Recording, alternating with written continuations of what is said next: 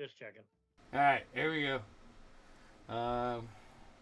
Yeah, sorry, I was just getting changed. You're good. I just Yes. figured. I know Flash will be in soon, but I think we should just get started. Let's do this. I'm gonna move everybody around. Woot woot. My clipboard with all my notes.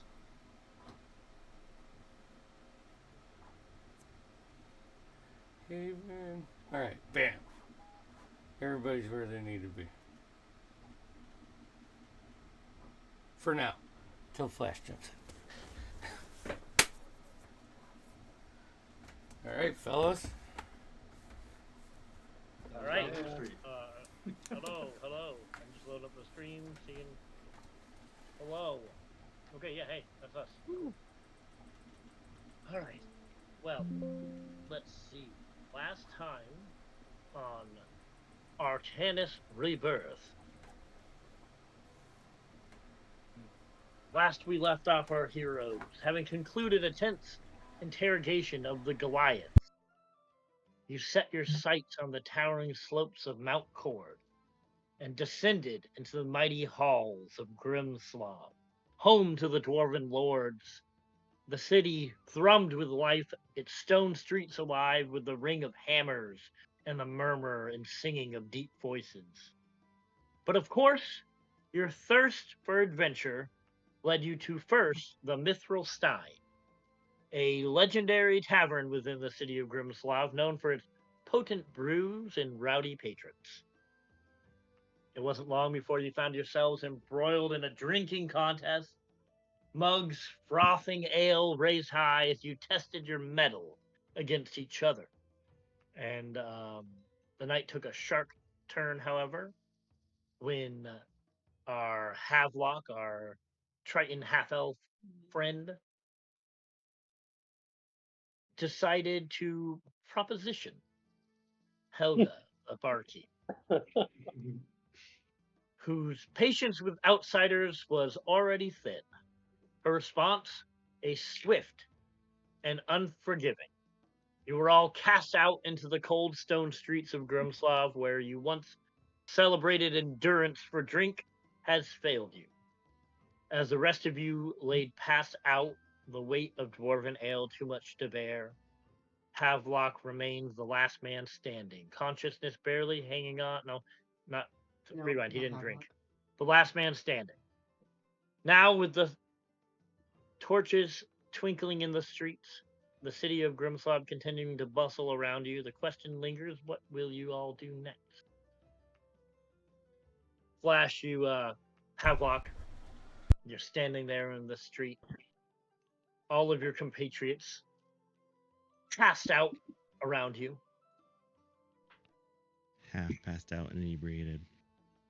The guilt of not knowing common culture. What? What did I say? Things get wild under the sea. So who is anyone still up that was with me? I think Haven might be extremely inebriated, but still conscious. Yeah, I think I'm conscious, just, Yeah. Just sloshed. Do I recall if we got a room somewhere? This was probably where you were thinking of doing it before you got thrown out. Shoot. I'll say in the distance you see two dwarven guards on either side, and you see a dwarf, shorter, black beard, and kind of mohawk braid that goes down to his midsection, with each dwarven guard either side, and you can see he wears like a similar iron mask to what Emmanuel wears. You can see them heading towards you down the street. Oh. I collect my thoughts real quick, and I'm like, okay. And so I because Emmanuel was with us, and he did the drinking thing too, right? So His face is in the street next to you. So I'm gonna approach respectfully to the dude in the mask, and I'm gonna speak in Dwarvish because I can do that. And I'll say, excuse me, I apologize to bother you. I apologize. May I ask for your assistance with something? It's in regards to one of your kinsmen, who's one of my current friends, if I may. What do you need? We're in dire need of accommodations. They apparently did some drinking contest, and we got thrown out of the bar. Emmanuel is your comrade, and I really need a place where You see him like put his hand on his mask and he rubs it away. He looks down to where Emmanuel is. Oh god. Cracking drunkard, and he'll boot Emmanuel in the face. Oh no! Give me a let's say Constitution check Okay. to see if you can gather yourself I am very from that surprised. pain in the face. Ah. 6. Six. You stay just like literally just goes,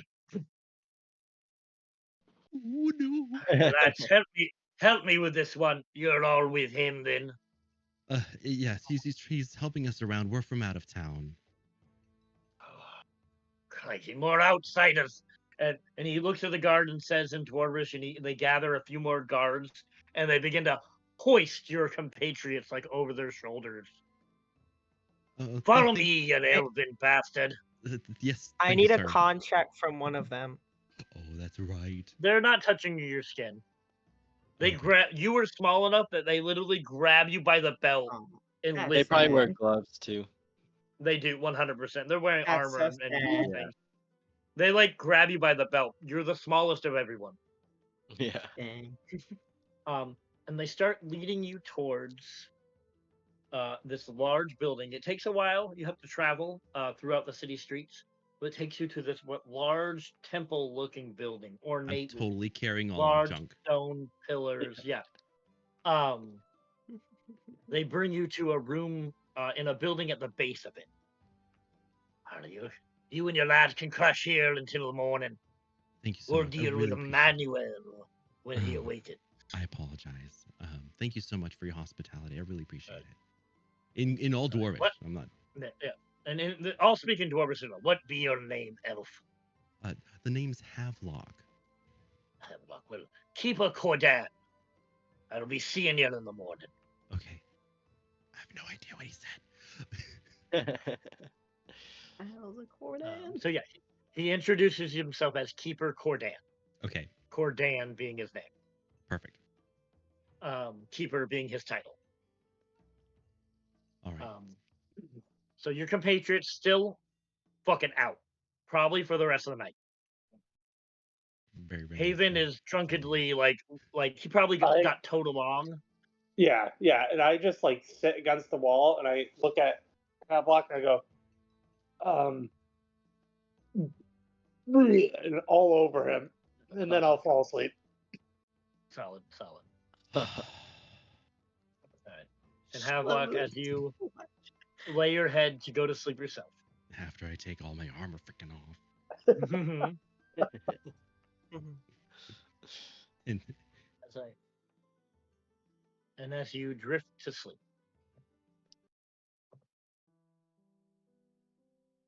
Oh shit. Merc, Oh, as you're sleeping, you find yourself standing in your childhood home. A place that feels both distant and unnervingly close. The hearth is burning, but its warmth feels hollow. Its light flickering weakly in the dark, oppressive air. There's a storm outside and it batters the windows. Wind howling and rain pounding as though the world itself is coming undone. Yet inside, there's a suffocating stillness. Sebastian.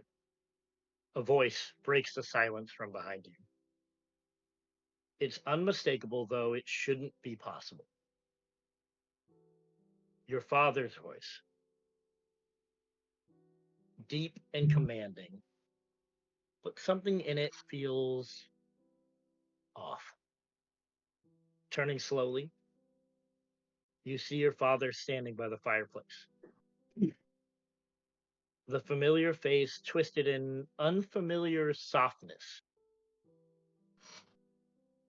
as though trying on an expression that you've never seen him with. Look at you, your father says, his voice quieter now, though still laced with an authority that you remember all too well. What has become of you, son, after all these years, and you're still lost? The figure steps forward, the firelight casting long shadows across his face. There's a smile, but the smile doesn't reach his eyes. It never had. You're not the man I wanted you to be, he continues, his tone calm, almost soothing, though it grates against every memory you hold. But I'm here now.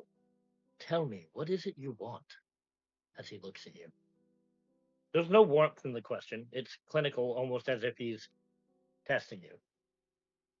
The soft edges of his voice don't match the cold stare. It's as if he's mimicking something that he's seen, but doesn't understand.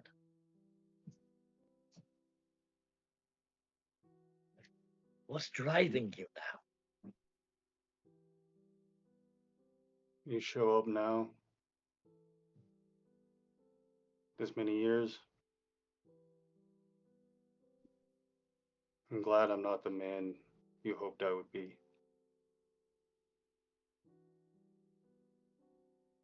He steps forward closer, his gaze unflinching. It's like, don't pretend you don't know, Sebastian. You've always had your weaknesses, always hiding behind what you think you should be. But I see through it. I see what you really are. The fire flares, casting a harsh light on the room. Your father's voice drops low and conspiratorial. It's him, isn't it? Vandal. The vampire who shattered what little you had. He's out there while you're here. Still a shadow of yourself. The pause, the air thick with unspoken judgment.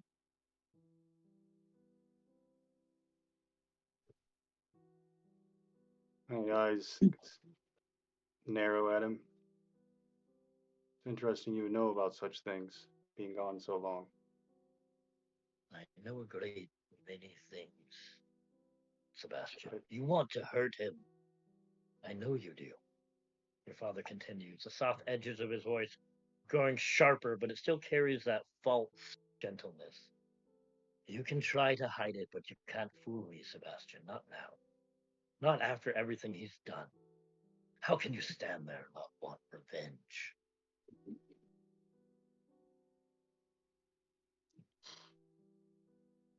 Whoever you are, you've done a convincing job. I'll take a step back. Your But father's figure shifts slightly, Good. If he shifts, I his might eyes pause. narrowing. He watches you closely. It's pathetic, really. All that rage locked up inside you. I always knew you were too weak to act on it.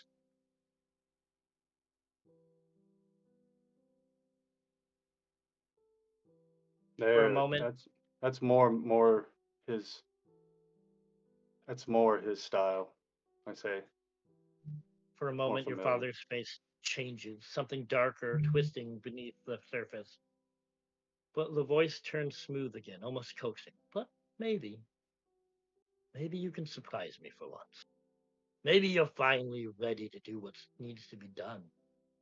As the room grows colder, the figure steps even closer, his presence looming. You know what I'm talking about, don't you? It's time to admit it, Sebastian. Time to face what's been gnawing at you. There was a long silence, broken only by the crackle of fire.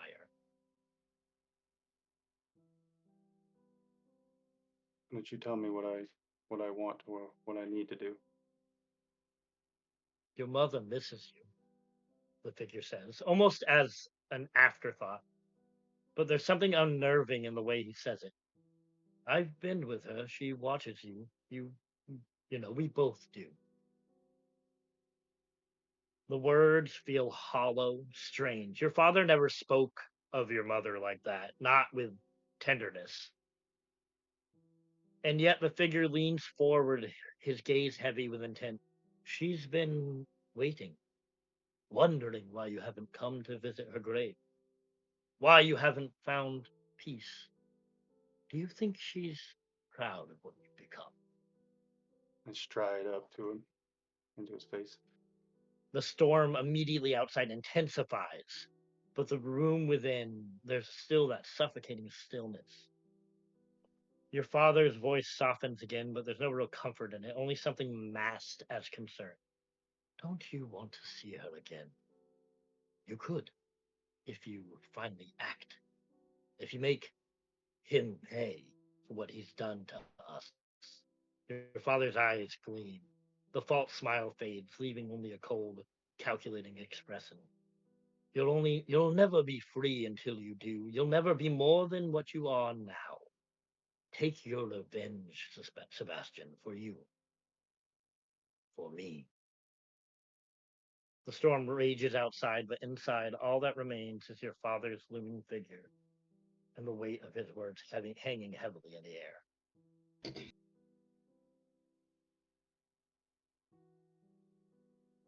Being into your mind and your strategies, whoever you are. You almost had me. You spoke of her. That was your problem. But I have learned something today as well. Stare hard at this, whatever this is. I have a thought, but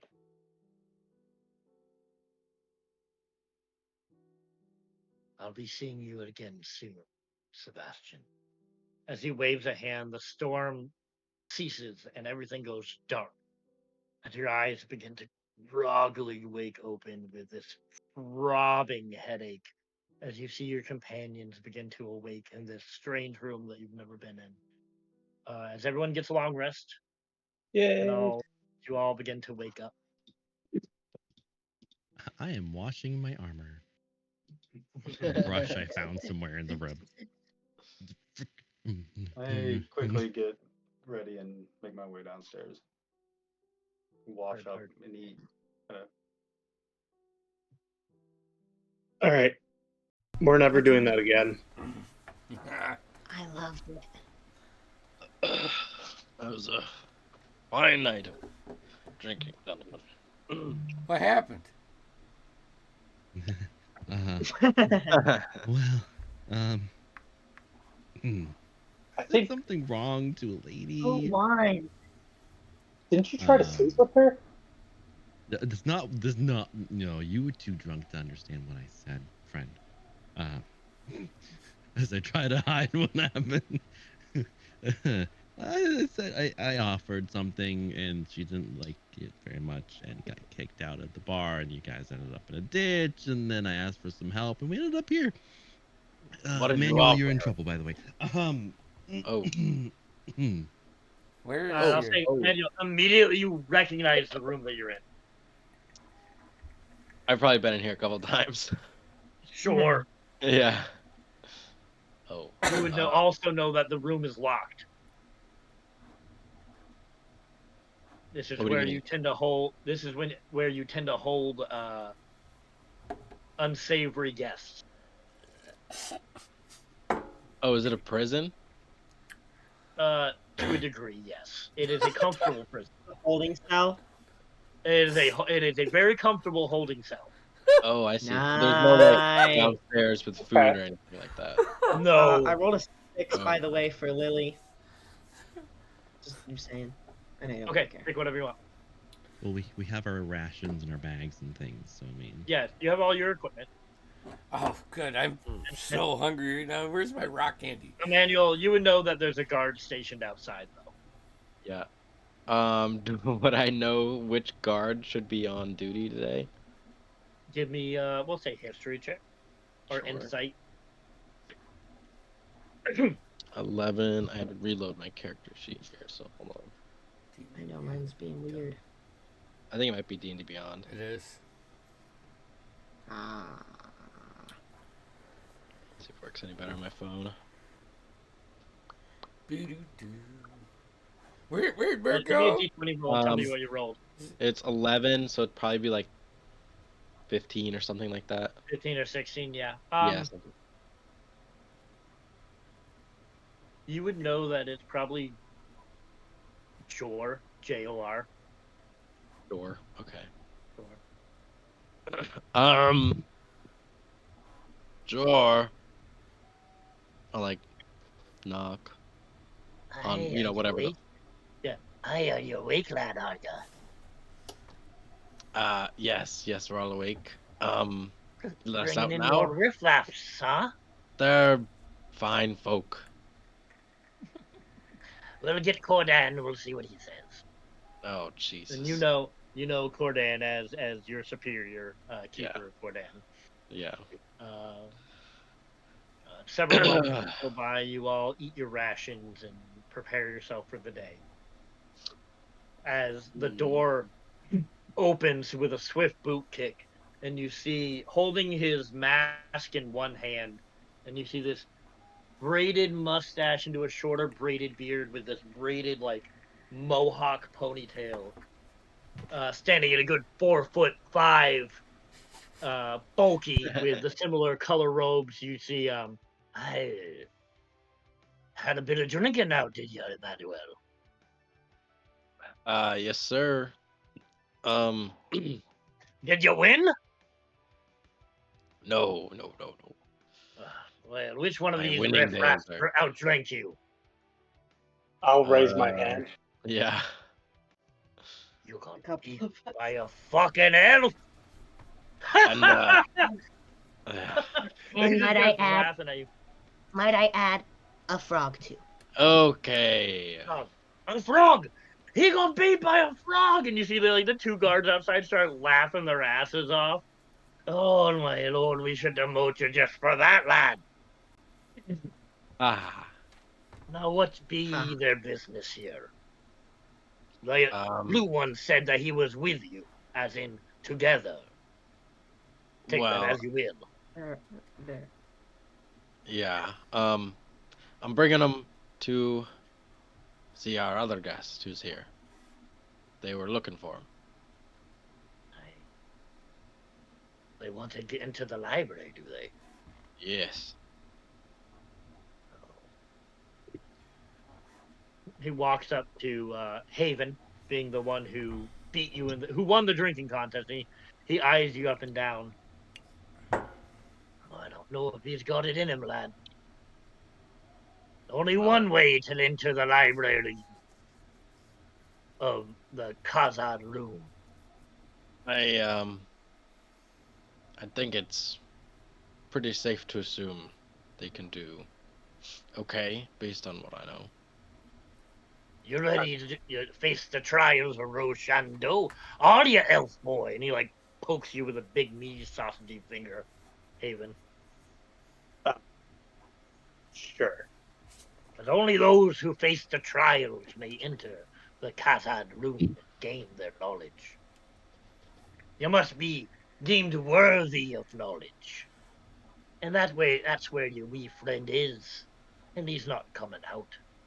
Not until he's done. So if you want to be talking to him, he'll be going through the trials. Yeah, I hadn't mentioned it to them yet, so they're Yeah, unfamiliar with them. what do these trials entail? Aye, well. Gather round ye lot. You're not just walking into Khazad Rune and plucking knowledge off the shelves like a common bookkeeper.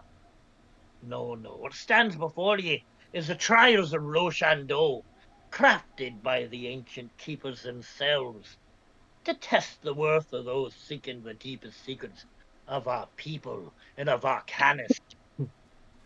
Each trial is a test of your soul, a test of your mind. And he pokes you right in the chest. Right in the chest, he goes, and your strength of heart. These trials are no simple riddles or puzzles. Oh no, they'll put you in situations where right and wrong blur like the mist in the morning. Ye'll be tested on how you handle the weight of knowledge. For some truths come at a terrible cost. It'll seem like you've been plucked from here and tossed into a far-off land, or places you've never seen before. But it's all the magic of this place. Roshando watches, and he'll know if you falter, or if you're worthy to hold the knowledge that we guard. So, steel yourself if you're ready for these trials. These trials are nae for the faint of heart. And don't think a blade'll see you through this. Lad, it's your soul that'll be tested here. Fail, and you might just wish you hadn't stepped foot in these halls. Now, do you think you're ready for that, lad? Yeah, Are we though? I'll be fine. I think we'll make it just We'll fine. be alright. Okay. All right then. Havelock, Then Havelock you be will walk. following me. I'm gonna walk right up next to Haven, and I'm gonna pat his shoulder and say, "I don't know about you. I think I can do it." Yeah, to be honest, I stopped listening halfway through, but I think we'll be okay. All right. Now, you vouch for them, Emmanuel? I do. You think they can handle it? Because it'd be your ass on the line if they don't. I think I'll like look over his I think shoulder. after losing the stone throne to a fucking elf, I think you'll be going in with them. I think you might need to be retested that. Mm. Imagine everybody looks hungover. Like as he looks over at us. Oh, it's fuck shit. One of us is puking. I'll look over his shoulder and like just look at the group, like you said, with them all like, yeah. Then I'll look back. All right, I think that's fair. I could use a test. Come on then, lad. You'll be following me into the chambers. We're going where? And these Sure. We really want to do this. This tests We'll your be mind. fine, Trey. That's the Putting my problem. armor you back follow on. him out of this house as you guys get your stuff back on, and you lead you up these like this whole place is very like ziggurat looking, very like almost like Mayan temple with the stairs leading upward. And about halfway through, he leads you sideways into a stone door archway. And he leads you into this large chamber with a very large stone door with arcane dwarvish runes all over it. All right, lads, you'll be entering here.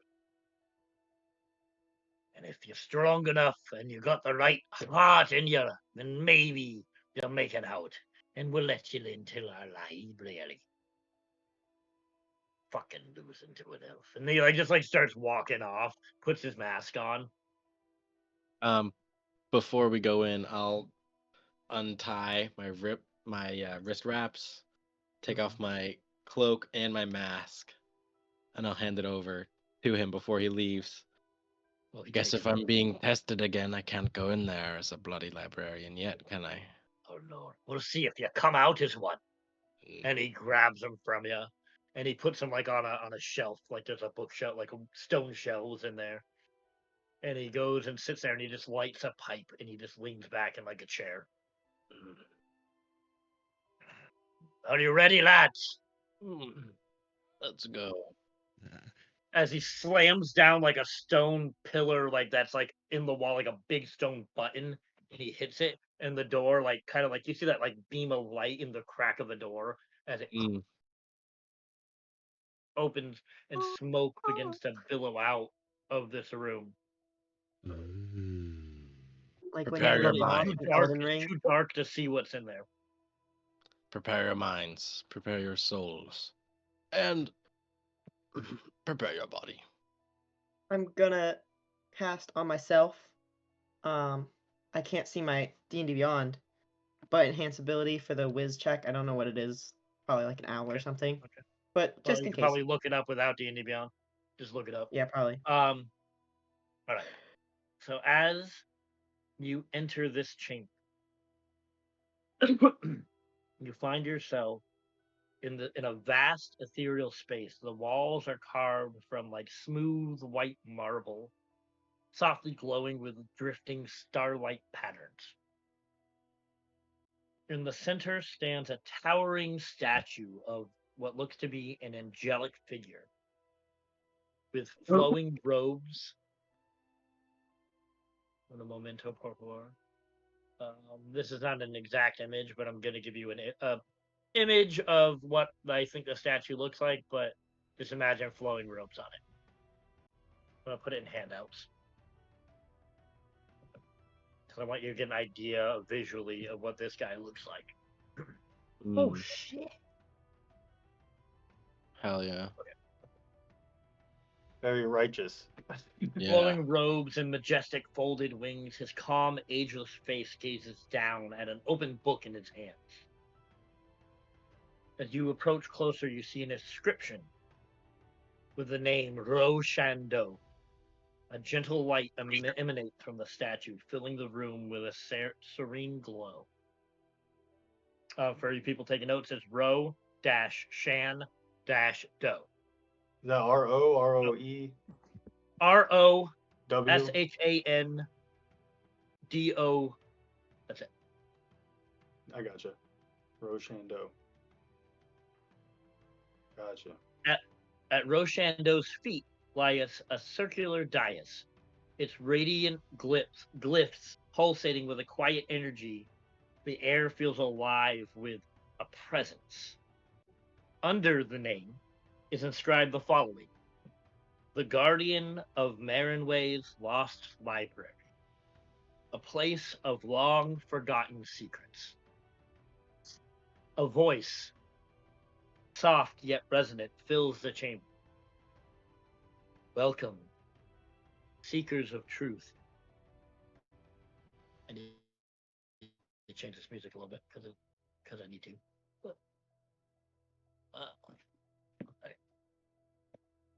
Can I try to understand the glyphs? Sure. What languages do you speak? Celestial, Common, Conic, Druid, Dwarvish, You had me Elvish, at and you Sylvan. had me at Celestial. They are definitely celestial glyphs.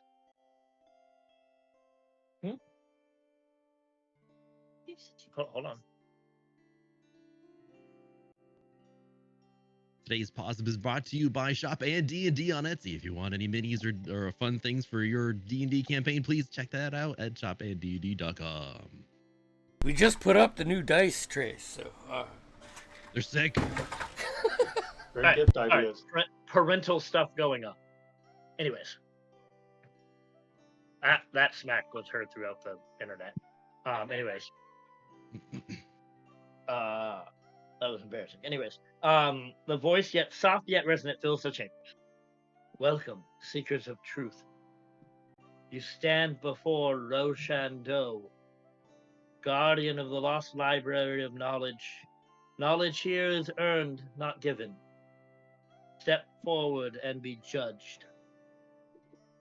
The dais glows brighter, and the air around you all crackle with ancient magic. The walls of the chamber seem to shift and shimmer, and before you know it, the stone floor beneath your feet gives way.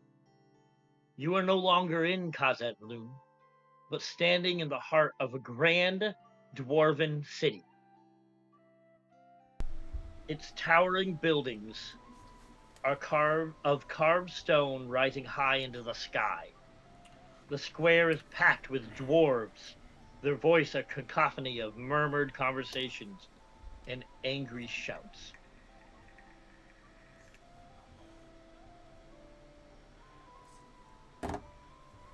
As you approach... Go ahead. Nope. Okay. As you approach the crowd, before you, on a raised platform, stands a young dwarf in shackles. His face is pale, his eyes are wide with fear as he gazes upon the assembled crowd. Next to him, a grim-faced dwarven judge, draped in heavy robes, addresses the people. Othar, son of Grum, you stand accused of treason against the crown, conspiring with the enemies of the realm. The evidence is clear, your fate is sealed. In 1 hour's time, ye shall face at the axe. If any have words to speak, speak now. The crowd erupts in noises, some calling for justice, others begging for mercy. As you take in the scene, a shimmer appears in the air, and the spectral figure of Roshando materializes before you, translucent but imposing. And he says, "This is your first trial, the weighing of truth. Before you stands a man accused, and you are tasked with judging his fate. Know this, truth is a double-edged blade. What you uncover may not bring peace, yet peace without truth may lead to greater harm. The knowledge you seek will cost dearly, no matter the choice. Now go, decide." The crowd seems unaware of Roshando's presence, and as he fades, the weight of the trial setting into your shoulders. Well, we need to figure out. We need to get some real information, not rumors. Find out and try to get a little closer. That'll get us. I mean, if he is treasonous, truly tried to go against the crown, maybe he should, die. Fair Maybe point. we can Could talk be about either. that and the morals of that, I suppose, but once we have an answer. But I'm gonna look around. So there's a lot of like norm or common folk cheering. Some are like, please. Some are very angry and want justice and want this dwarf dead, and some are begging for mercy to have him released. I'm going to go talk to both sides, whoever's like, and try to find someone who's not foaming at the mouth. Who seems like they're. Give me an insight check. I feel like this is more insightful than personal, because you can see what's going on. 16. 16. With the 16, you can see again. There is a possibility that if this dwarf is set free, that violence may come. Is a high possibility. So we're at that point now where we got to think about the well-being of. But there's plenty of people. You see plenty of dwarves who are calm enough to be communicated with. Who are open to communication. Which side are you looking for? You talking to someone who wants him dead, or someone who was looking for mercy? We'll say, yeah, we can do both at the same time. Someone else can go. I try to find mercy. I don't know. We'll see mercy. We'll do mercy. Yeah. Okay. For me, and then whoever. Give me a persuasion check. It's really, I'm just gonna say on the crowd as a whole. Yeah. I want a persuasion check. Ooh, nat 20 on die. Rolling hot. Oh, really? Oh, 20. Hell yeah. 24. 22. Sorry. What do you say to these dwarves to convince them to speak to you? I'm gonna go up and say, I represent this fine man legally, and I'm hoping to find something that can help him out of this. He's hired me, but it's not looking good. I thought perhaps you could give me some information so maybe you could tell me something I don't know, or, you seem really adamant that he's not guilty. If you know anything, or if you have any good information that might help him. You talk to this female dwarf who's in the crowd who seems to be in tears. Oh, I know Ulthar very well. He was an outspoken critic of the ruling council, particularly against one of our nobles. His name is Lord Cargoyle, Kargol. They get into a hushed tone with you. I'll say with that natural 20. Cargoyle's influence has grown quickly and somewhat drastically, and Othar had a confrontation, and it seemed to a public confrontation between the two of them, and then shortly after, Othar was arrested. That's a matter of public knowledge. Like that's Yeah, there was so what she says is there was a public confrontation where Othar publicly confronted Lord yeah. Cargol, That does and seem then very suspicious. shortly after that, he was arrested. You have to be honest with me as legal counsel. Is there anything though that any truth to what they're saying, even a hint of it, or is he just a dissenting political, or Well, you'd have to talk to the judge up there, and she points up to the where the house because they say the evidence is damning, but what do you they know don't about let this us judge? common folks see it. Not much. Anything? He's our city's judge.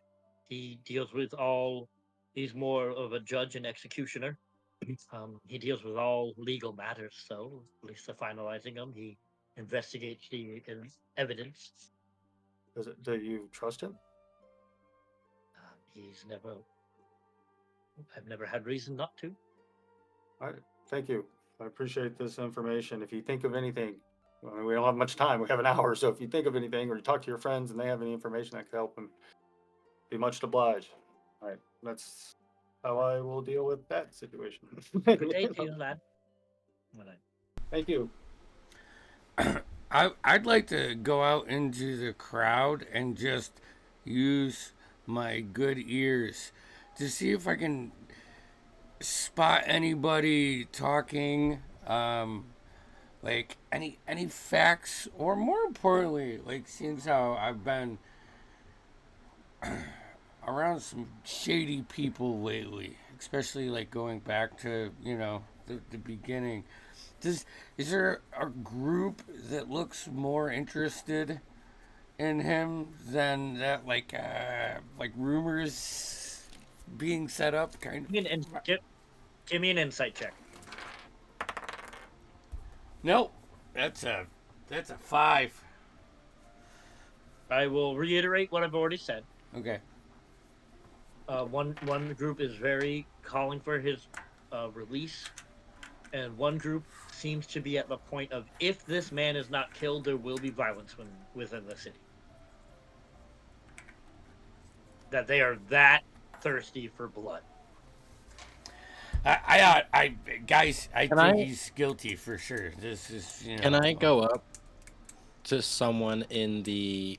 If he gets released, we're gonna destroy this place. I just want to go find same thing Merc did, but just on the other side.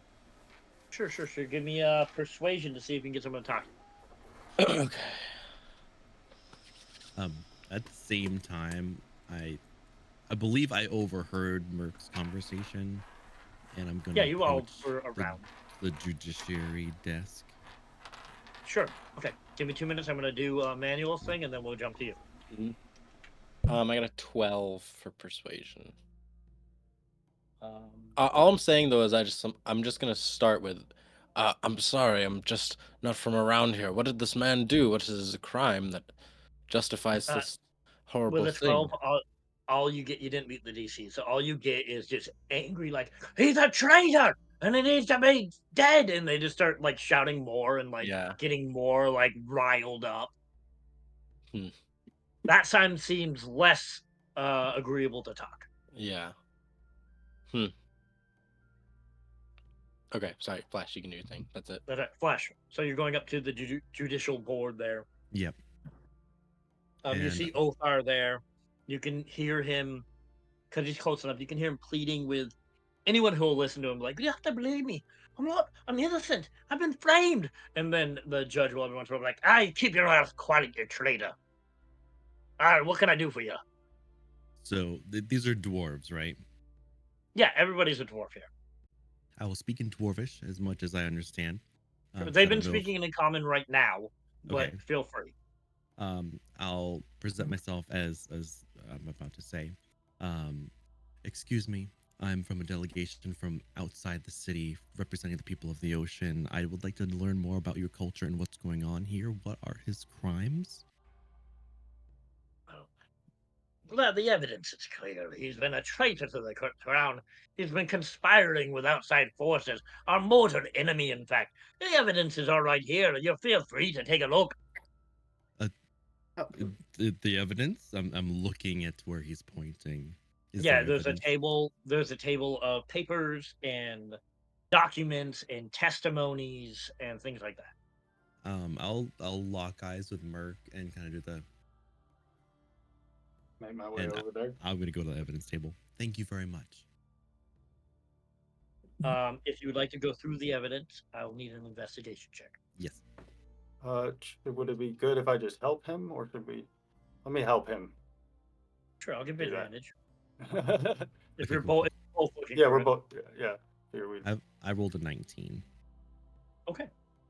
So after examining these documents and the evidence presented at the trial, it reveals there's some inconsistencies with the dates of witness testimonies, and there's missing records that should exist for someone accused of such high treason. You notice that the documents bear the signature of Lord Cargill himself, Yeah. who, from the sounds of, from what you guys know of, I would say, if you talk to Emmanuel and you speak Dwarvish, you have some knowledge of Dwarven culture to a degree. You know that this high-ranking noble wouldn't normally have any involvement in this kind of hearing. So I look over at Havelock and I'm like, okay, so it's clear this guy, or at least to me, it looks like this guy is innocent. But if there's not a head that rolls, it looks like this place might blow up. So we either need to convince the crowd that to not enact on their violence, if we're gonna present this evidence and try to get this guy out of here. Can I be? Let's Am I just in And- this? Am I? Can I be close to this? Yeah, you were all close together, and Emmanuel, you can see Othar again is reaching out to you like, I've been framed. You have to let me out. You have to believe me. Hey, so he's totally guilty. All right, from what I hear. I think It's all un- falsified. I think it's undecided, but I think you're right. If someone doesn't die today, there's gonna be, well, more than one person's gonna die if nobody Or dies. maybe if we just the promise of a head rolling, maybe we can convince them that there- either we're on the trail of the real guy, something that'll, or that, I don't know, something along those lines, right? That prevents us from having to let someone die, but still gives them, either settles them Or- down, or Is there like a timer? Is there a clock somewhere? Something yeah, that said we have an You hour. have Yeah. you have an hour from when it was announced. So, but Havelock, yeah, I'm while trying to see how much time we have left. I'll tell you in a second. Okay. While this conversation's going, you're still kind of looking through the paperwork. Give me 2 seconds to look it up. My nose. 1 second.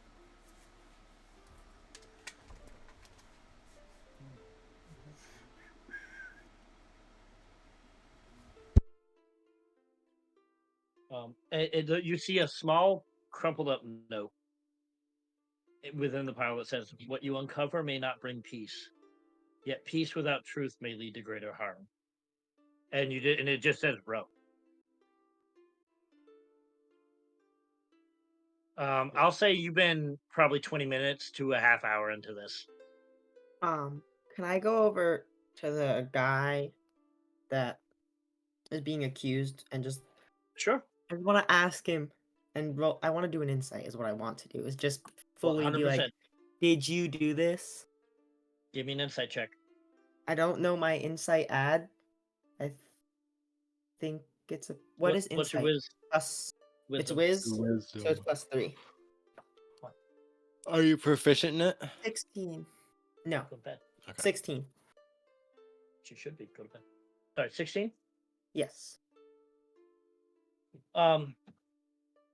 Othar's fear is real, but so is his conviction. He doesn't seem to be lying, though his desperation might make him seem unreliable to others. Okay. I think we should do our best to. Yeah. Sorry, go ahead. No, you're good, my friend. There's obvious bias and notes of a mistrial here. I think that the truth of the fact of the matter is that we've had someone who's pride is hurt, but is really trying to find a scapegoat to the issues that they're dealing with, and seems they found one through this unfortunate man. But the truth of it is that we're seeing that there's just forgeries and misinformation that's being plagiarized as the truth. The problem is the judge is quite already stuck on the verdict of the bias that we're seeing here, and the fact of it in the Whereas papers the right judge here. paid off. Exactly. It could I'm be. not so sure the judge has a choice. I mean, Yeah. if they let this Right. guy free, it seems like chaos will ensue. Unless we can convince the crowd. I think that- that's the. Could. Okay. Ooh, wait. I have an idea. What if? Oh, I might need a dwarf for this one. But you look at the papers and you grab it and you turn around and you scream, "It's a mistrial! Look at the evidence!" Like it just this whole thing. Make it blow big. it up. Yes. Well, that Hold will on. certainly incite the crowd, I believe, into a frenzy. Wait. It will do us no Let me- good if we present it and the crowd still, I mean, he's still locked up. Like if they decide, okay, we're going to kill him. Right. So I think we should get all that information in line and try the judge first. We have no reason not to believe that he's not doing it. If he lies, then we can turn around and be like, look, here's all the information. But we should make up a story to the crowd to try to lessen it. I don't know if we can. I don't know if you try to reason with a mob is ever going to work, but I mean, we Lie. could I have have a like a question. literal dragon too. I have a this, question. like Drake. So I don't know if that's scare him at all, but If I, looking at the evidence and the man and his name, if I think back, was this a real trial? And if it was, can I try and recall any information about it? Give me a history check. Okay. I know that's a stretch, but okay. 22. Okay. With a 22, and you look Not around bad. and you think it isn't bad. Emmanuel, this not only have you never heard of this man, your surrounding areas don't.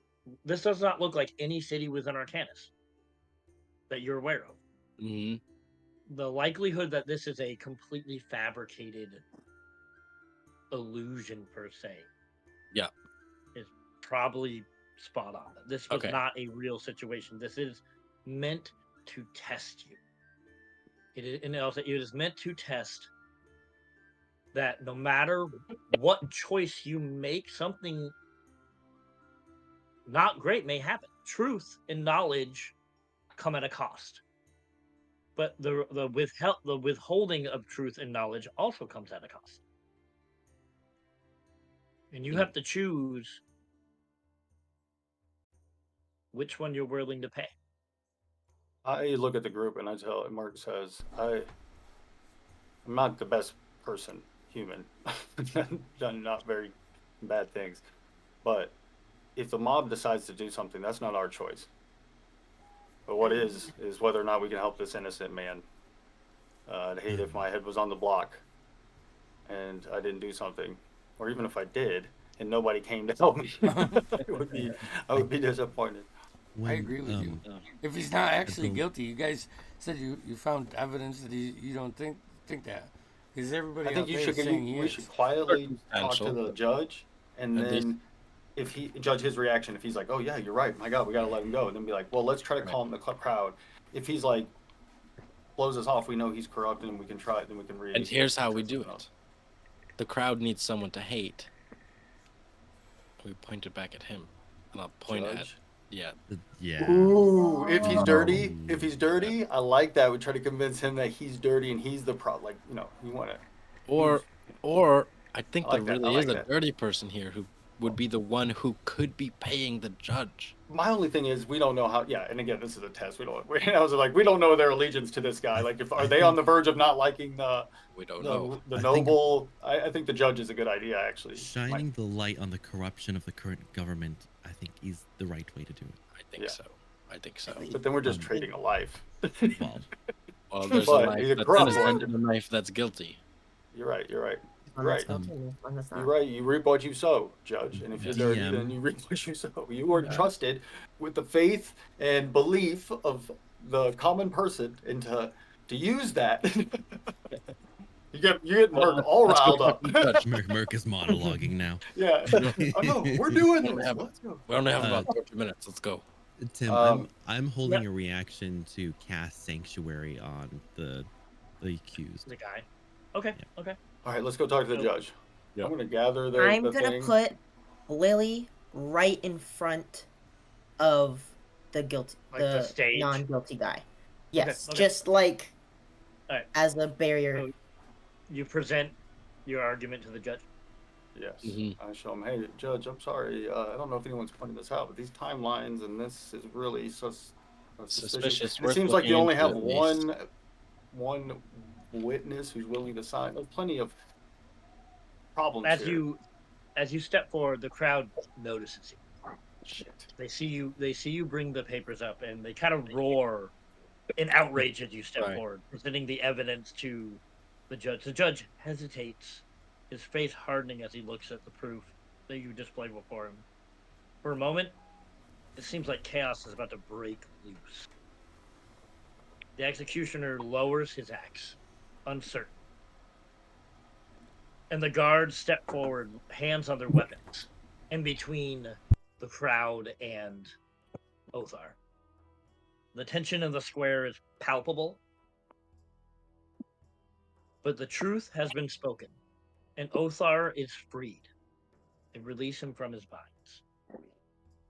He's staggering off the platform in disbelief, but the crowd is not so easily swayed. Angry voices start to shout from all sides. Justice has been upended, and the city's peace hangs by a thread. As the crowd threatens to boil over, beside you, Merc, Roshando appears again. This time his voice thunderous, but with an edge of respect. Said, you pursued truth, no matter the cost, in a world built on lies. You've brought light to the darkness, but know this, as you see the crowd begin to overflow and push against the guards, starting to rush against the stage. Know this, truth often comes with a heavy price, and the peace you've shattered may never be restored. The consequences of this choice will ripple far beyond what you see here today. And as the city square fades, you return to this dark stone chamber. And let's take a break. Perfect. I can figure out what's wrong with my D&D Beyond. The first I just time need that to be we've honest. had direct information, we Yeah, did it's it and horrendous. nothing crazy happened. We actually got You the guys- outcome that- that we were hoping Like for. literally, I have like all the encounters, and I have checklists off of like, okay, well they did that, cool, they did that, cool, they did That's that. awesome. There's a couple you didn't do, but only because you were so successful on the other ones that you didn't need to. All right, we'll be back in like 10 minutes or so.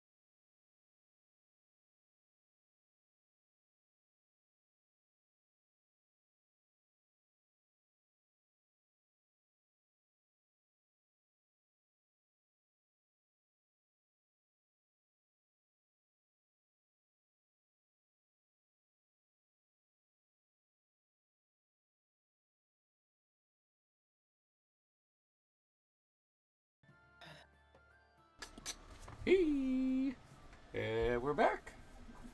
Hey, Vinny coming in. All right. Vinny. All right. As this chamber materializes around you, stone floor again, this large, high ceiling chamber. In the middle of it, you can see what carved out of like marble and stone, this great tree coming from the base and spreading out into the ceiling, spreading like branches.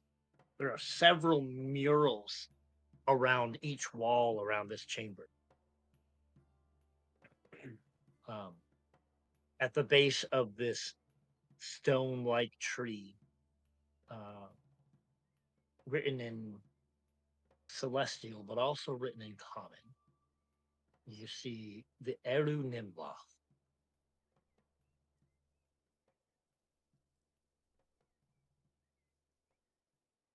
Like I said, this place is surrounded by different murals that you could go up and look at it if you got closer to see what they were. What did it say underneath it? Or did you say it said It said something? it said, I'll type it out just because it said the Eru Nimloth. Does that mean something to anybody? Does the Celestial say the same thing? It does. It does. Give me a religion, or we'll call it history check to anybody who wants. 16? 16. Oh, I'm gonna history. I got a 14 for religion. 18 history. Got a 16 religion. I didn't know. So, Merc, what was yours? 16 history. 16, and Haven, yours was 16, religion? Yep. Okay. So you, Merc, Haven, and Emmanuel. And I would say, Haven, for you especially, the Eru Nimloth is what is known as the God Tree. It is from where all life began. History and religions all tie back to this tree that life sprouted from in the astral sea. As you and Haven, you especially, that name strikes true to you because your tree in Cytera is called the Nimloth tree, which is rumored to have been planted from a branch of the Eru Nimloth, and which is what gives your people ever the immortal life, the Immortal life. extended life that they seek. If you look at the first mural as you're looking around, you see a seed, this mural of a seed floating within the astral sea and landing on this piece of land floating. And then it shows the progression of this tree growing. And from it, a beautiful woman being grown from it. And written in Celestial and Common and a bunch of different languages every time you look at it. Haven, especially you reading all languages, every time you look at it, it seems to be in a different language that you speak or that you can read. This Okay. being is known as Amari, Mother of Worlds, the firstborn of the Eru Nimloth and caretaker of the Holy Gardens. You look to another mural, and you can see the creation of the elemental planes and the elemental titans rising from the roots of the Eru Nimloth.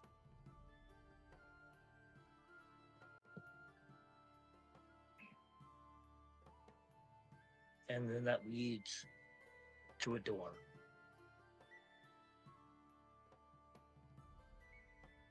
that begins to, as you finish looking at this mural and seeing the story of the creation of this tree in this garden, of the firstborn of the Eru Nimloth and the rise of the elemental titans. The door begins to open, and you hear the voice of Roshando say, "These trials will test you, but they will also show you what you need to know."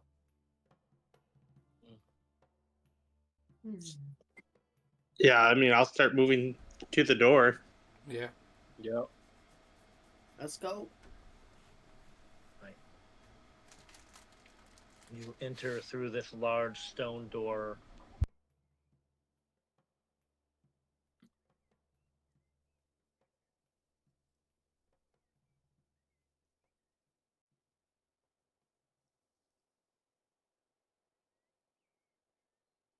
Sorry.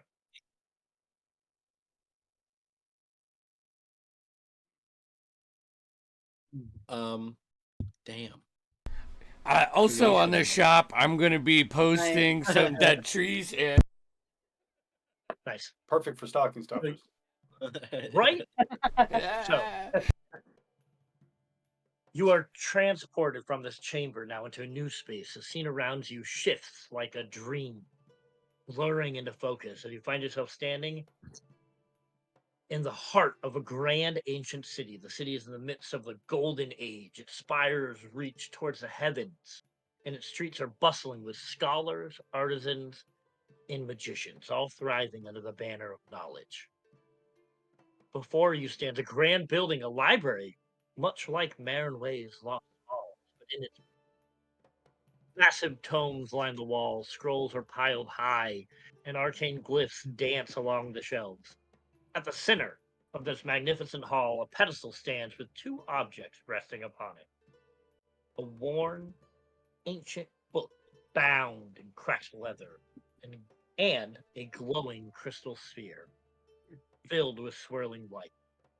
As you approach, the voice of Roshando echoes through the chamber once again, this time more solemn. You have passed the first test, but now you must face a greater challenge. The knowledge you seek is powerful beyond measure, but so too is the weight of its legacy. Before you, two paths diverge. Roshando's form appears briefly as a shimmering figure, guiding your attention to two objects. One is the wisdom of the ancients, a book of untold secrets that could change the world if shared.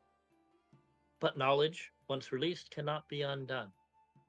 In the wrong hands, it could be ruined. The other is a crystal of containment, a vessel that can store the knowledge away hidden for future generations or never to be found. The world will remain as it is, safe for now, but the knowledge you came to seek will be lost to time. The choice is this: take the book and allow knowledge to flow freely into the world. This action would grant you powerful secrets that may aid you in the future, but the consequences of releasing such knowledge may bring instability, both to the world and to others. Or you take the crystal. You choose to seal the knowledge within the crystal, safeguarding it from those who might misuse it.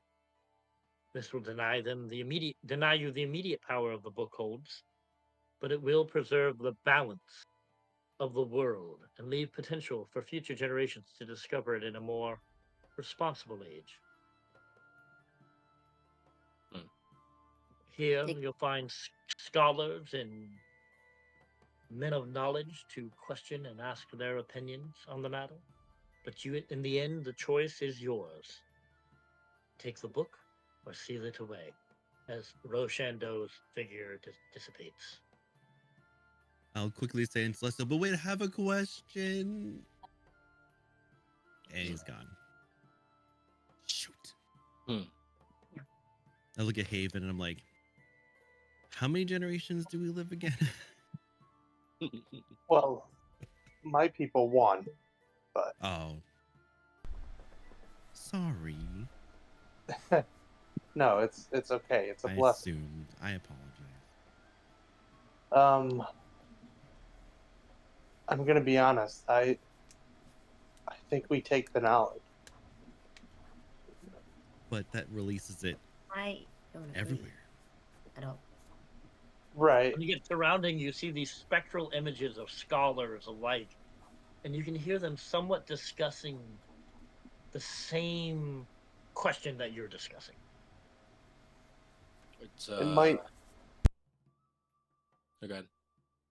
no, it might release the knowledge, but at least people will know. At least they'll, instead of it being hidden away. I mean, what use is knowledge if it's hidden? Yeah, I mean, you would lose history class too, and you know, that was my favorite Is class this in school. just some sort of? Is this Best vague plan. knowledge, or is this supposed to be like bad? I mean, is it dangerous? It's It sounds like powerful there's knowledge. some consequence Sounds like for it's- releasing it, yeah. though, right? Well, it's a I bet. don't- Do you want to bet that people will be able to use the knowledge to better themselves and put your trust and faith in the moral attributes of your everyday folk, or hide it away and believe that people will be better? Problem is, it's never gonna be like that. People will always be people. Right? There's always going to be hidden desires, and always gonna be good and bad. You're Right. never gonna have the better utopian society. There's always gonna. I think you're right. So the moral objective here is culture gonna be better with it released or better with it kept away? or it could just remain the same. Right. As it always does. I'm gonna look around the different wise people or whatever we're calling them. Sure. Is there another elven type person? Sure. You want me to tell you? There's 8 people in this room. You want me to kind of give you Go ahead. a quick? Quick So rundown. I'll even say, because I feel like I should back up. Maybe Ro explained who these people were, just because I feel like that's makes more sense. So you have the first scholar, who is described as an idealist. The second, a historian. One, the revolutionary. One is a cynical mage, the archivist. There's a visionary, protector, and philosopher.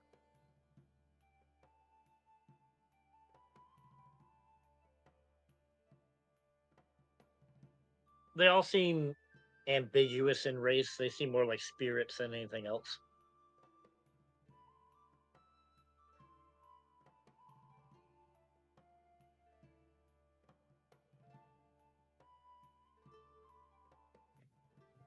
I will walk over to the philosopher one. Sure. So as you walk over, they don't seem to acknowledge you very much, Havelock, but you hear him say, "Perhaps the question is not whether to share or hide knowledge, but who should wield it? Are you certain that they have the right to make this decision for others? And if so, what makes you any different from the tyrants who suppress knowledge for their own gain?" And they go back and they start muttering and they kind of like disappear a little bit and then reappear somewhere else, but like continuing the same line of thought, continuing the same like wordage, but different ways. And I get. Sorry, are you done, Flash? You can go ahead. Yeah, I was ready to move on to the next one. Okay, I was just gonna say I'm gonna get the oh Jesus, I'm losing my train of thought. The visionary Okay, and the cynical one, and I want them to debate in front of me. sure. You hear the Yeah, you see. No, that's fine. You get catch them in a moment like together, and you hear the cynical mage go, "You idealists amuse me. You speak of knowledge like it's a tool that anyone can wield with perfect clarity, but knowledge is chaos. It doesn't bring peace. It brings prosperity. It doesn't bring prosperity. It brings ambition. You give a man a sword, and he kills his enemy. You give him the knowledge to shape the world, and he becomes the enemy." And there was a visionary. yeah. And he goes, "I see a world where this knowledge is shared, where the barriers between realms fall and we learn not only from each other, but from the stars themselves. I see a future where magic flows freely and technology evolves in harmony with it. But such a future cannot exist if we hide in fear of what might go wrong. he goes, and then the Syndic goes, and this is why you're an idiot. And then he like just keeps on walking by like each other and kind of fade away. I spaced out for a second. Did you say was there a holy person or like a cleric of some sort here or no? There, no, these are more. Okay. There's the idealist, the historian, the revolutionary, the cynic mage, the archivist, the visionary, the protector, and the philosopher. I'd like to go up to the historian and listen to his stuff. Sure. You speak of progress, but what you fail to see is that every great fall begins with such optimism. Knowledge is not a gift, it's a burden, a responsibility that few can carry without being corrupted. I have seen kingdoms fall and their rulers driven mad by power they sought to control. Would you truly risk it? I'm gonna walk up to the protector one myself. Okay. Sure. And I see a future where the knowledge you release burns the world to ashes. You do not understand the hunger of men and their greed, their lust for power. Once this knowledge leaves your hands, you lose control. Could you, and he looks you right in the eye, Havelock, and goes, could you live with the consequences, knowing you held the match that started the fire? And he shakes his head and kind of begins to walk off. Is there a general consensus of like the book or the orb? Is there a general like, No, or is it they pretty seem even? pretty split. They're just a bunch of spirits giving their opinions. Gentlemen, Yeah, I I'll walk see a back to the decision. middle. I don't know. There is one point to be made. Maybe I'm playing devil's advocate here because I'm going to contradict what Yeah, I said a minute ago. Go but ahead, Merc. I definitely think that, is there a lack of? Are we saying that this information is just going to go freely? Nobody had to work for it. I think that being able to obtain knowledge should be free, but there should be a responsibility of like having to go get that knowledge. You know what I mean? So everybody's just going to know all this stuff without the I don't know, the responsibility of taking the time to go and find it, or you know what I mean, like unchecked. That's the reason why we put checks on things. Perhaps it's not unchecked, but perhaps individuals with lesser than moral motives would still put in the effort to gain the information. In which case, kudos to them for putting in the effort. I'm not necessarily saying we should. Now I'm just kind of playing, like I said, now I've become the bickering. I could see both sides. I can. Merc can't. I started thinking like Merc. Merc would also understand that. He works I work in secrets.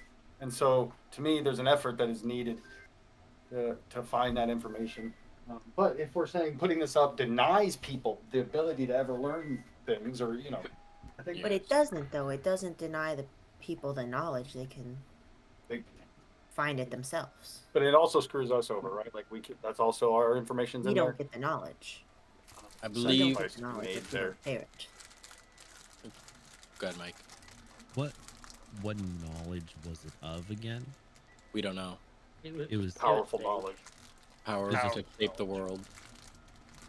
Again, this is from your last one, this is probably, you personally are not going to gain whatever this book is. It is a choice to make. It's just a choice to make, and we're getting judged on judging your character. Yeah, this is the whole Q from Star Trek thing. So, yeah. 100%. So, yeah. So what I'm gonna say is that we don't know what the knowledge is, other than it's powerful.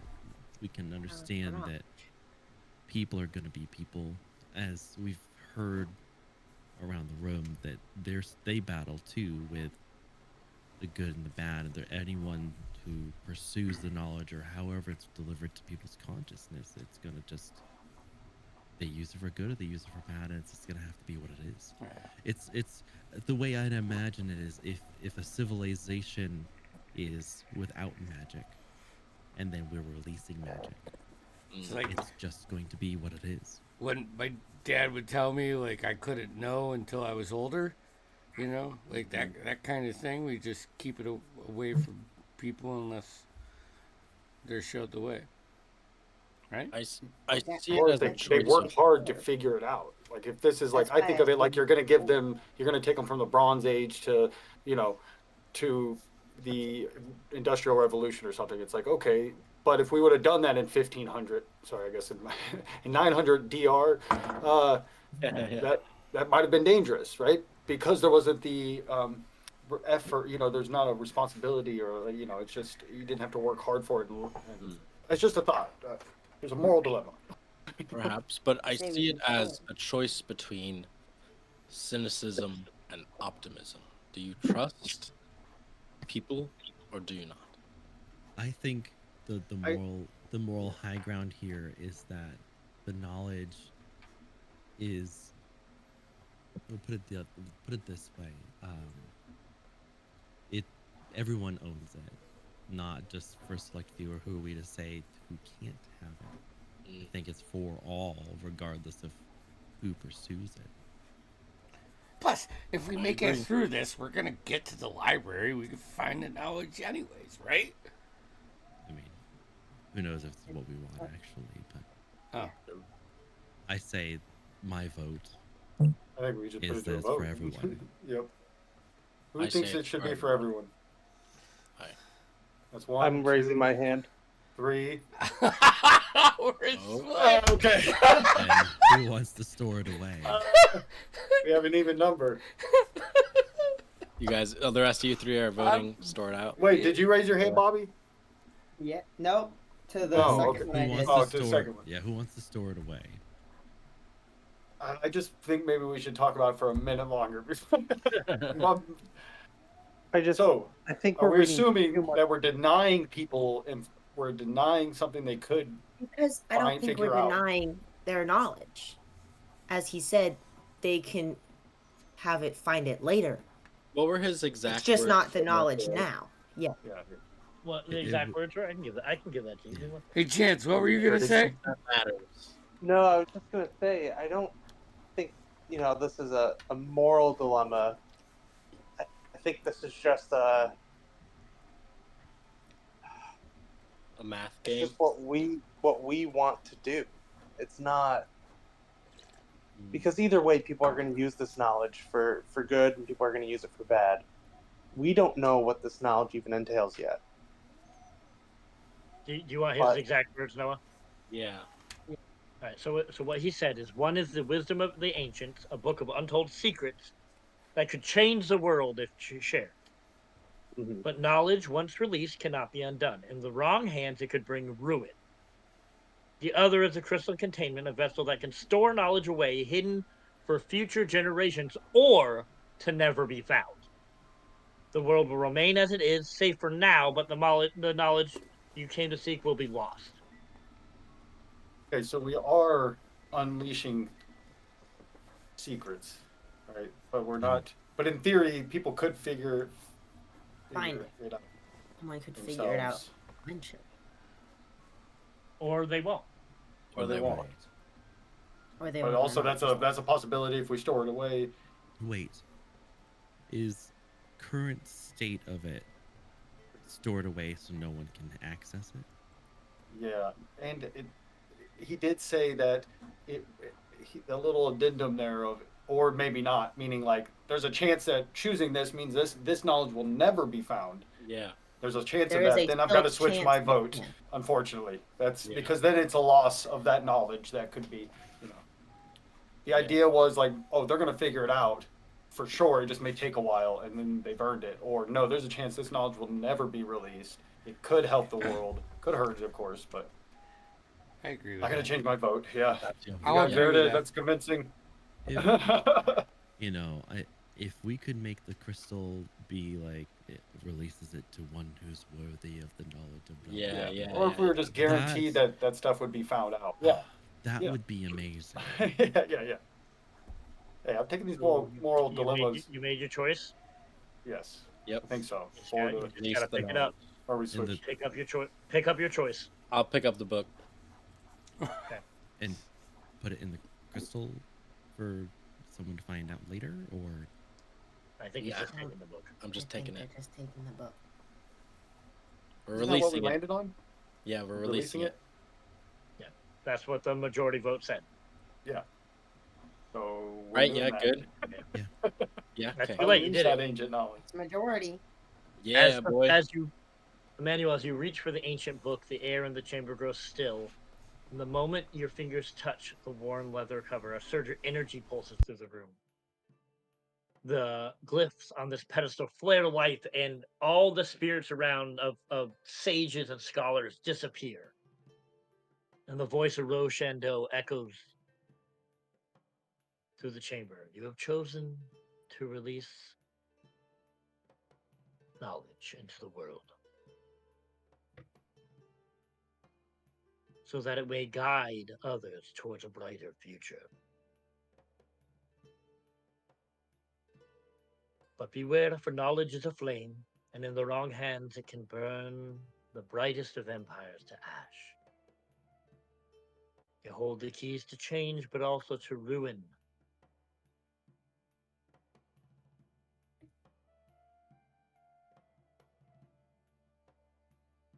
But it is how you yield it that shall shape the fate of the world. Go now, bearers of wisdom, and let your choices determine the legacy of what you have learned. As the light fades and you feel the weight of your choice settling upon you, the future is uncertain, but the power to shape it now rests in the hands of the people. As you Yes. America. chamber, Yeah. Fuck and yeah. you're brought into another stone chamber. Here, the tree is gone, but instead you see more murals line the walls here. To your left on this large mural, you see the 4 elemental titans that once waged war on the surface of Arcanus. You see the image of Amari again, above these elementals, and in between them, the creation of life. You see a being with like white stone representing lights, and you see this being obviously forged by Amari and these elemental titans. This being with pale skin and long curly red hair, and like this is, and you read and the inscription on the bottom of this mural, and it says, the firstborn of Amari and the elementals, the Norsai, as the elementals are called, and and there is an inscription, but it is completely scratched and erased and unreadable. All that you see there is this fiery-haired being, this creation of the first god, basically, born from the Eru Nimloth and the elementals, their power put into one. You look over and you see a mural of the elemental titans of war. Back up. That's the third one. Second mural, you see the elemental titans and their firstborn, this red-haired, almost long-eared, elven-looking creature. And you see a crack in between Amari and her firstborn. The separation between the two of them. In the next mural, you see Amari planting seeds at the base of the Eru Nimloth. As it continues, they grow into these 5 eternal beings. And underneath each name, you see Marinway. I have to look at my names now. Hold on.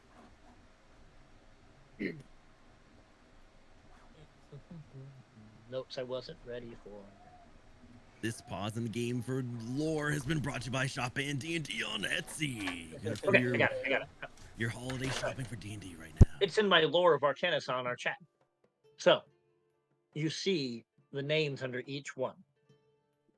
You see, hold on, Marinway, Fanira, Laurel, and Boar. And underneath each of them, you see symbols. These symbols that if someone wants to try to figure out, give me a Arcana, History, or Religion check. I'll take one of the three. I'll throw a history in there. Ooh. Chance, give me a History with advantage. Is it Arcana, Alright. History, or... With one of them. For only one of the symbols for you. What? 24. 24. 16 religion. Sorry, I said History, not Arcana. Sorry, Chance. What was the three History. options again? Say that again. What was it? It was Arcana, History. History or Religion. Okay, I have a 20. did. What was that, Chance? It's a 12. Okay. I got a so 16 religion, by the way. our 20 plus people. Each symbol represents a realm. Underneath Marinway, you see him, and you're linking him with the responsibility of the creation of Arcanus. He is the creator of what you all know as the material plane, as of Arcanus. Laurel, you see connected to the Feywild.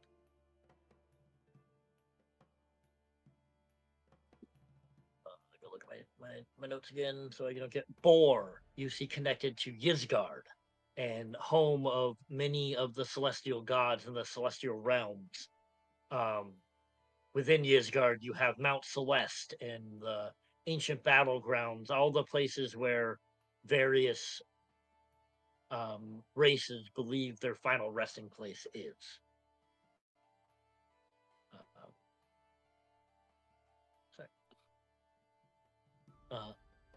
Fanira creates the Shadowfell. And I'll say, Noah, Emmanuel, you know Fanira is the mother of the Raven Queen. So you see these children, these second set of children set aside for where this rip between the firstborn was, these new children made on her own, separate from the elementals, were born to create these planes of the world. And there, the final, you see the four elementals again with their child. Red hair, flowing, with a large grin on his face, next to the door that opens.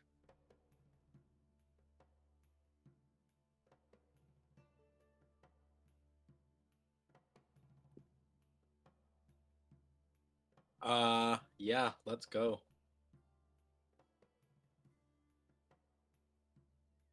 I love this interpretation of the creation myth. It's beautiful. As you are transported, the world around you warps again to a new setting. This time you find yourself standing on the edge of a battlefield, a scene of chaos and destruction in the distance.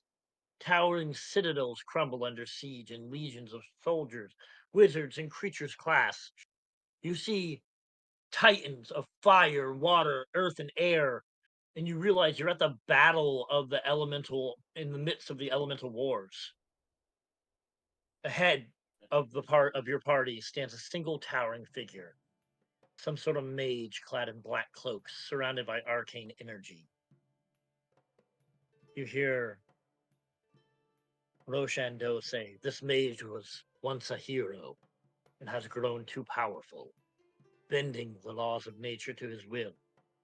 His once noble pursuit of knowledge has been twisted into a hunger for domination.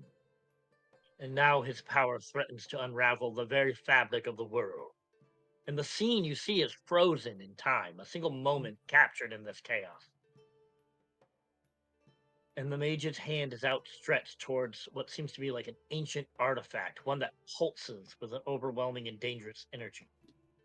You hear Roshando say, "Power corrupts, and even those who seek it with the noblest of intentions may fall to its temptations. Before you stands a soul consumed by the magic you sought to master. You must decide the fate of this mage, whether to grant him redemption or to end his reign before it's too late. But be warned, the choice you make will have consequences beyond this moment. You must choose to attempt to redeem this mage and help him reclaim his lost humanity, or bring his power under control, or to destroy him, preventing his corruption from spreading any further and saving the world from his corrupt influence." And I'll say we'll end there and pick this up next time. Oh, Oh. Sweet. Can I retcon something? Well, one, I didn't get the glyphs at the beginning that were next to the tree. They're celestial, but they were just like magical glyphs that caused some of the magic. It wasn't anything like. Yeah, I mean I can read it, so I just wanted to know. Yeah, you can read that. They're not words per se. They're, you know what I mean. They're magical glyphs in celestial. Yeah, and then the second thing, I wanted with the second to last room that we were just in, that was talking about the lineage and all that. Can I take verbal notes with my docent? Perfectly, yeah, that's fine. I don't know So if it lost connection while we're here or not. Oh, he's still there. But I wanted to just tell it what I'm seeing if it doesn't look around on its own. I mean, it can see what you're seeing, so if you were wanting him to remember that, you could easily tell him. That's what I wanted to do, is remember what I'm seeing. Totally. And then just have it keep recording as we go through. Yeah, he's keeping a mental picture of it all. Perfect. All right. Hey, good job, Jimmy. We got Black Roses Bloom this Saturday. And then next Tuesday we'll be back with the next chapter in the Veiled Chronicles. So I'll update the stream and we'll see you then. Make sure you like and subscribe and hit the notification bells wherever you watch us so that you can comment on and do comment and do the things and stream. There you see? Perfect. It's 4 years and I still forget that, and it's completely organic. I'm not. All right. My second job. So My second